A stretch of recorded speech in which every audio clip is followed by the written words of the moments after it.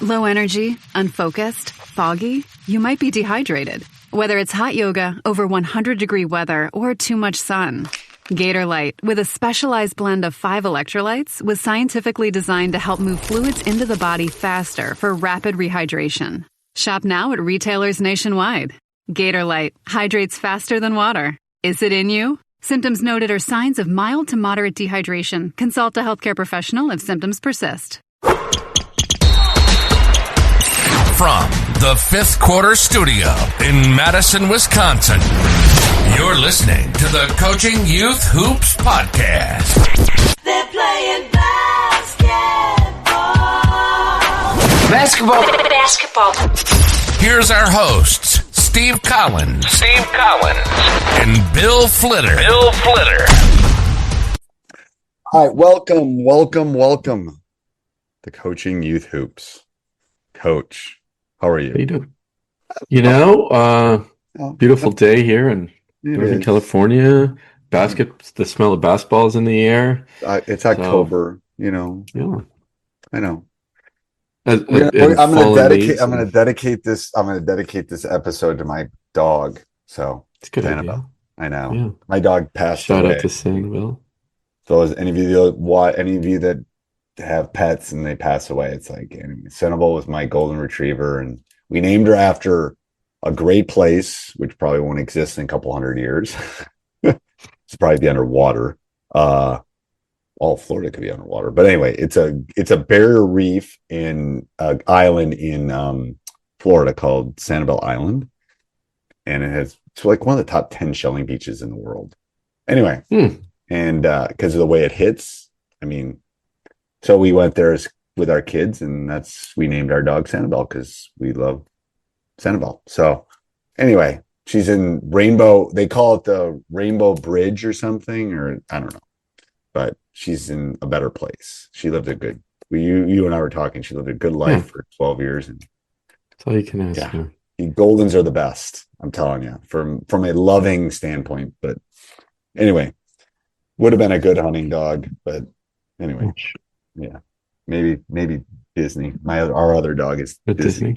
Yep. That's my bit of advice to all you coaches. When you name your dog, name it after something you love. There you go. Coach Flitter. Good idea.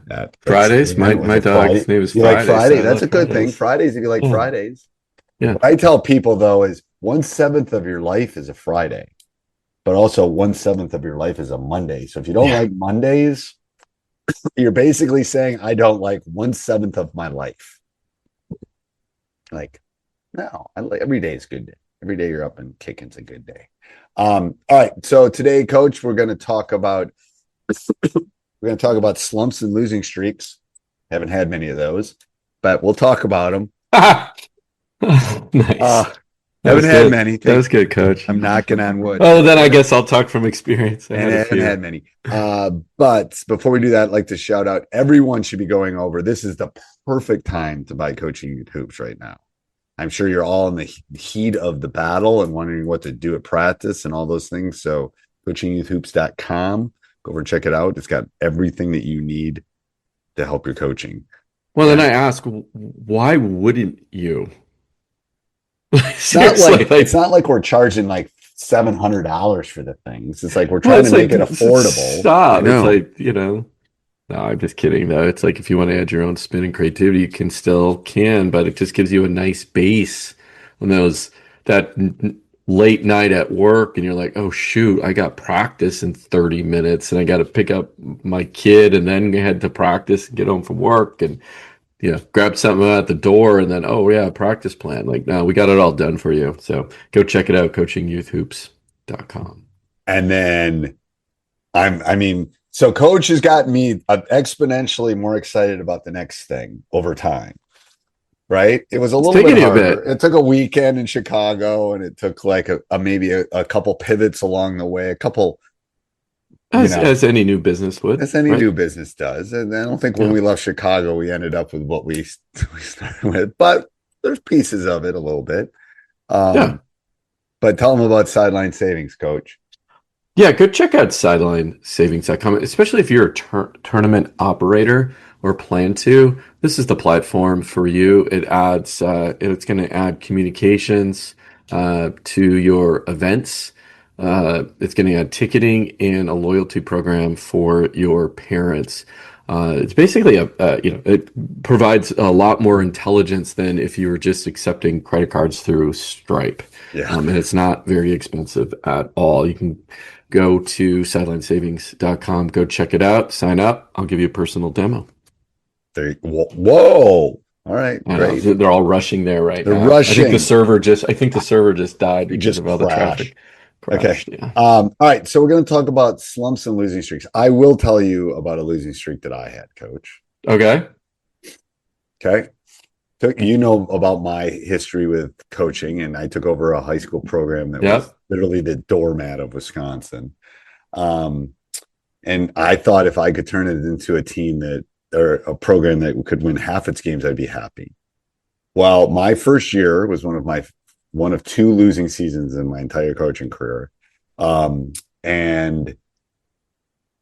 we were 7-14, which was one of my better coaching jobs, to be honest with you. We were 7-14. And we had I believe, a 12-game losing streak. And the only reason the losing streak got broken is we played the worst team in the league, played the entire league again, and then played the worst team again. And that streak was that I'm still married, that I'm still coaching after that, losing 10 to 12 games in a row was brutal. But what I found from it, the reflection I found from it was what wasn't working, how could I make it work, what needed to change. Yeah. I mean, I tell the story all the time on teachhoops.com that was that in my assistant coach, who was the former coach, who was the assistant principal, after we lost that last tournament game, I sat with him in the locker room, tears coming down and going, I can't do this. Like, I just too competitive. I can't do this. And we were in lacrosse at that point, a couple hours away from Madison.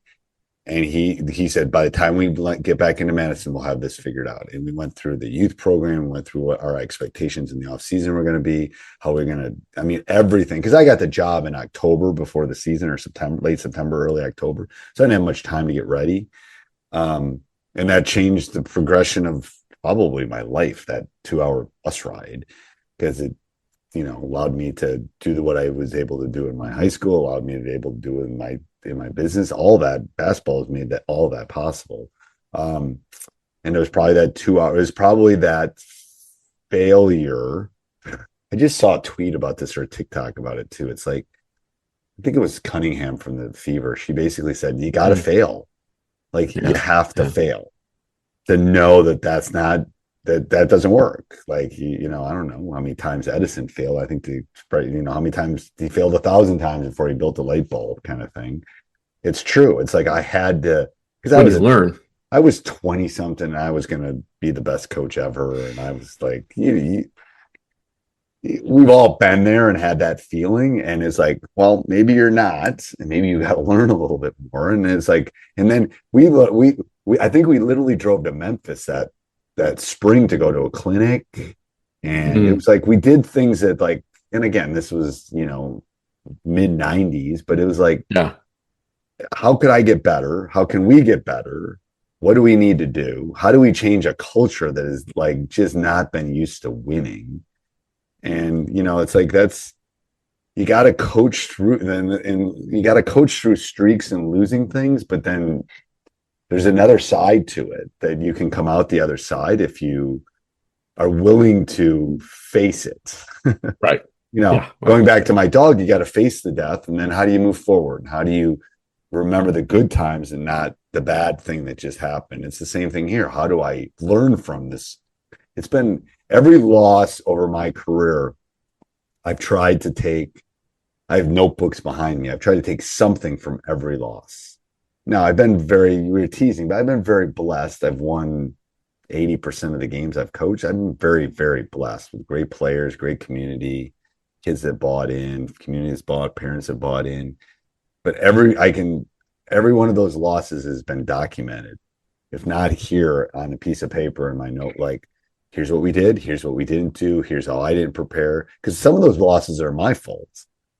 They just Oh yeah, of course, right? Yeah. they're my fault. I didn't do this. I wasn't ready here. Well, let's dive into the, like, obviously there's you and how do you deal with the loss, and then there's the kids. There's the long faces and they don't understand, right? And it's not the day of the loss that you're going to get them. It's the day after the loss. That's where, well, and it's cumulative too, right? Because we're talking about losing streaks and coaching through slumps where, if you think about youth games. And some of that scheduling, I didn't mean to interrupt, but some of that scheduling at youth level, something I did was we had teams on our schedule we didn't have any right to have it on. We were never going to beat them, or we were going to get homered if we went and played them. So it's like I got rid of those teams, and I got teams. I went and found wins because, and I think sometimes coaches go and again, I'm talking about the youth level. Sometimes you can't. You're playing in a rec league or something, and these are the teams you're going to play. But some of you that are listening to this are youth coaches, and you could go to tournament A, or you can go to tournament B, or you can go to tournament C. Maybe C doesn't have, like, I did that with my son. Yeah. Like, we weren't. And that's hard though too, because it's a very hard line. I know, because it changes. It does. It changes from week to week in the divisions, and then there's you got to be. Let's say you're completely legit, and you have let's call it a Division 3 team. You got a Division 3 team, and you're 100%. You're always legit. You enter tournaments in the right division, and you have the kids that are the right age. Okay. It goes back to a previous podcast we had with a guest talking about ethics. And so you're very ethical. You do everything the right way. You go to a tournament though, and they're not. The other coaches aren't, right? So they put a Division 1 team in They're going for the wins. They want to win the tournament. Right. They put a sixth grader in a fourth grade tournament. These are all real things, and I'm sure a lot of us out there have experienced that. Right. I've experienced it as a coach. Yeah. It's like, it's crazy. It's like, so you can't predict that as much. And so that's why I want to. Do you think that's gotten worse or better over time? About the same. Okay.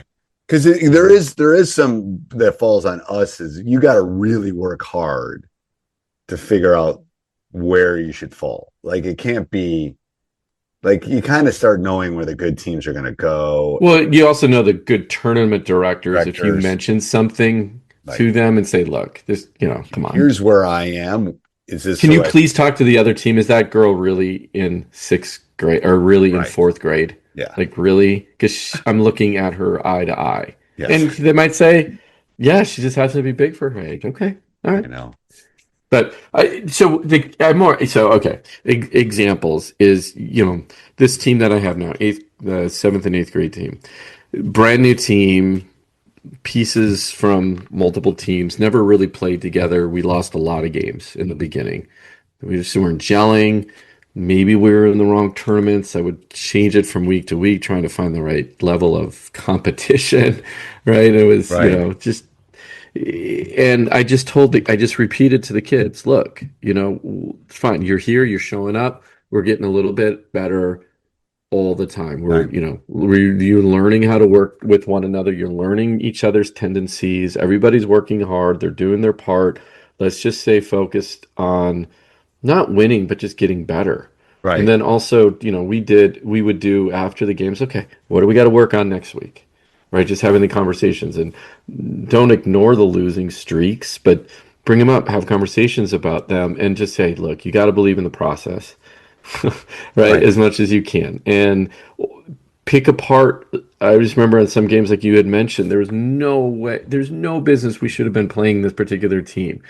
Why they were in our tournament, have no idea. And they're not getting, it's not, and what's the frustrating part for all of us is they're not getting anything out of it. We're not getting anything out of it. No, not at all. I mean, I told, without saying this, it's like, okay, we're going to lose this game by 30 or 40 points today. Because I just know the other team. I mean, it's just like, and so I said, okay, at that moment I always ask, well, what's our goal of this game? And I said, don't tell me to win, because yeah, of course, but that's can't be the goal. What can we control?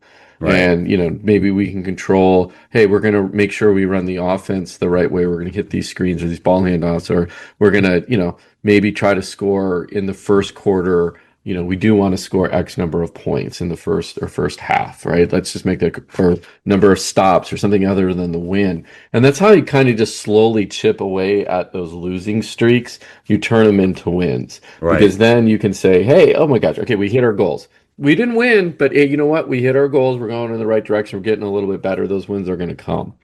And instead of looking at the win, uh, or instead of looking at the loss, and looking at it as a loss, look at it as, break it down into your goals that you set within that game. Right. And you got to have mini games. I don't know if we've had that Right. discussion on here, but you got to have mini games within games. Like I've done that with my team. That's true. Right. Exactly. It's like, okay, we're just going to try to score 3 buckets, or we're going to hold them. Like that's something, but you got to like, hey, and then like, and I've done this, like when we've gotten down, again, been blessed not a lot of times, but you're down 15. Okay, we're going to cut it to 10 by the end of the quarter, or we're going to try to score, 6 buckets, or we're going to try to get to 20, whatever it is at the youth level. It's like, you got to play a game within a game, knowing that I ain't going to win the big game, but I can win this game. And then you celebrate that. And then you set another goal. It's like, so those things can help in that slumpy